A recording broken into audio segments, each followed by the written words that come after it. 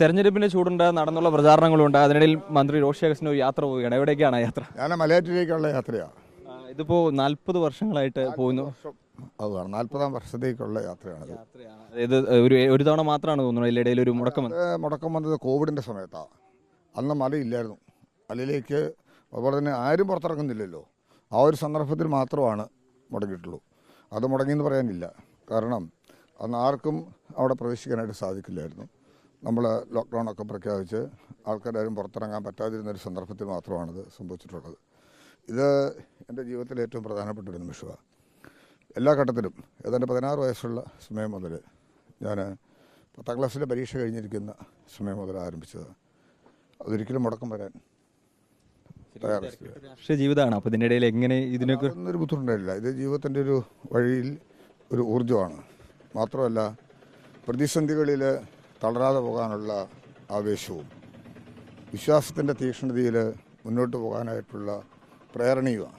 അതുകൊണ്ട് ഒരിക്കലും ഇതൊരു ബുദ്ധിമുട്ടായിട്ട് തോന്നിയിട്ടില്ല. പലപ്പോഴും പല അപകടാവസ്ഥയിലും എൻ്റെ വിശ്വാസം ഞാൻ ഏറ്റു പറയാറുണ്ട്. ഒരിക്കൽ ഞാൻ കൂത്താട്ടുകുളത്തുനിന്ന് തിരുവനന്തപുരത്തേക്ക് ബസ്സിൽ യാത്ര ചെയ്യുക. രാത്രി ഏതാണ്ടൊരു 11:30-12 മണി സമയമായി. കൊട്ടാരക്കര ഇറങ്ങി എല്ലാവരും ഒരു ചായ കുടിച്ചു. ഞാനൊരു ചായ കുടിച്ചിട്ടങ്ങ് ഓർക്കുന്നുണ്ട്. വീണ്ടും പോയി വെഞ്ഞാറമുടിപ്പുറ വെച്ച് ആ ബസ് മറ്റൊരു ബസ്സുമായിട്ട് കൂട്ടിയിടിക്കുന്നു.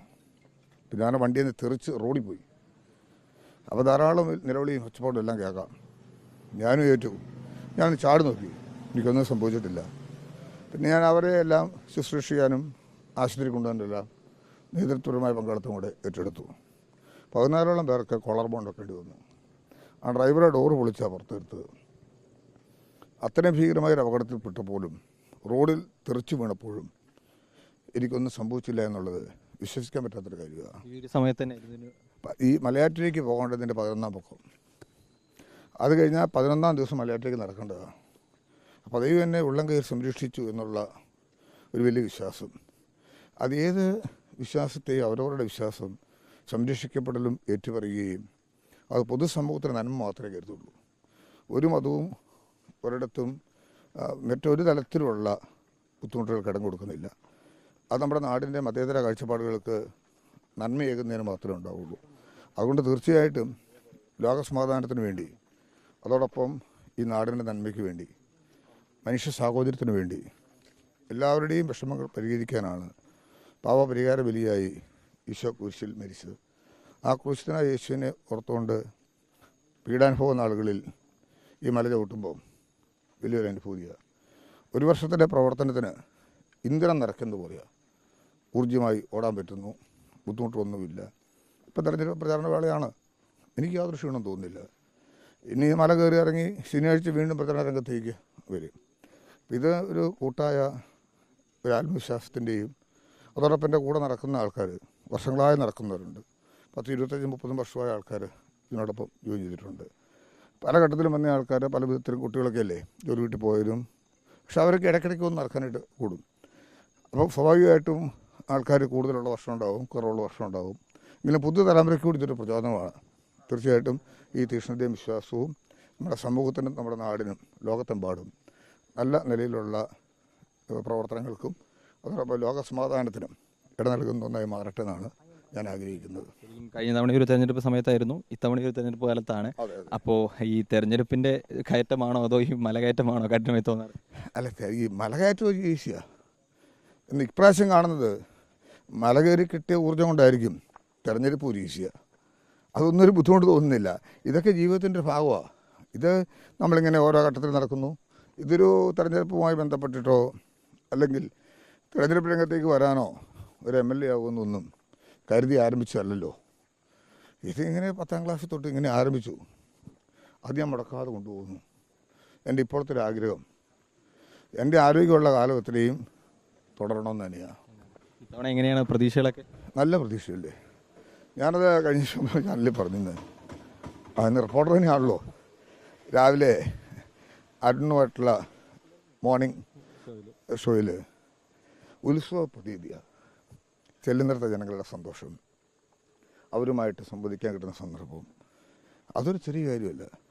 അപ്പോൾ അത് തെരഞ്ഞെടുപ്പിൻ്റെ രംഗത്ത് വരുമ്പം അത്തരം പരാതികളൊന്നും ഇല്ലാതെ എല്ലാവരെയും കണ്ട് സന്തോഷത്തോടെ മടങ്ങാൻ പറ്റുക, അവരുടെ ആഹ്ലാദത്തിൽ പങ്കെടുക്കുക. പഴയ കാലങ്ങളിൽ നിന്ന് വോട്ട് പോയി ചോദിക്കാൻ കഴിയുമായിരുന്നില്ലാത്ത സ്ഥലത്ത് കാറിൽ പോയി ഇറങ്ങി വോട്ട് ചോദിക്കാൻ കഴിയുക, അതൊക്കെ വലിയൊരു നേട്ടമാണ്. ഹൈറേഞ്ചിൽ പണ്ട് 4 വീൽ ജീപ്പേ ഉപയോഗിക്കാൻ പോലും പറ്റുകയില്ലായിരുന്നു. ഇപ്പോൾ ജീപ്പുകൾ കാണാനില്ല, എവിടെയും കാർ ചെല്ലും. സൗകര്യങ്ങൾ വർദ്ധിച്ചു. സുഖസൗകര്യം എന്ന് പറഞ്ഞാൽ യാത്ര ക്ലേശം പരിഹരിക്കാനായിട്ട് സാധിച്ചു എന്നുള്ളതാണ് ഉദ്ദേശിച്ചത്. അപ്പോൾ ആ നിമിഷങ്ങളെല്ലാം ഓർക്കുമ്പോൾ ഈ തെരഞ്ഞെടുപ്പിൽ വലിയ സന്തോഷം എനിക്കുണ്ട്. ഇടുക്കിയിലെ ജനങ്ങൾ നന്മ നിറഞ്ഞ മനസ്സുള്ളവരാണ്. 25 വർഷം അവരുടെ ഉള്ളം കയറി സംരക്ഷിച്ചു. ഞാൻ അവരെ ഹൃദയത്തോട് ചേർത്ത് നിർത്തി. ആ ഹൃദയമിടിപ്പ് എനിക്ക് കേൾക്കാൻ കഴിയും. അത് ഇടുക്കിയുടെ വികസനത്തിൻ്റെ കുതിപ്പാണ്. അത് തകർക്കാൻ അത്ര എളുപ്പമല്ലെന്ന്. അതുകൊണ്ട് തന്നെ ആത്മാവേശത്തോടു കൂടി തന്നെ ഈ തെരഞ്ഞെടുപ്പിനെ കാണാനും മുന്നോട്ട് പോകാനും കഴിയുന്നു. അതിനിടയ്ക്ക് എൻ്റെ വിശ്വാസത്തെ മുറുകെ പിടിക്കാനും തീക്ഷ്ണമായ വിശ്വാസ ദീപ്തിയാൽ മുന്നോട്ട് പോകാനും കഴിയുന്ന ഉജ്ജ്വലമായിട്ടുള്ള ഒരു മാനസിക സ്ഥിതിയാണ് ഈ യാത്ര. DCC പ്രസിഡന്റ് ഒരു 7000-ന്റെ ഭൂരിപക്ഷമൊക്കെ പ്രഖ്യാപിക്കുന്നുണ്ട്. കോൺഗ്രസിന്റെ സ്ഥാനത്ത് 7000 ഭൂരിപക്ഷത്തിൽ ജയിക്കുന്നൊക്കെ ഒരു പ്രഖ്യാപനമൊക്കെ നടത്തുന്നുണ്ട്. എനിക്കതിനെക്കുറിച്ചൊന്നും അഭിപ്രായ വ്യത്യാസമില്ലല്ലോ.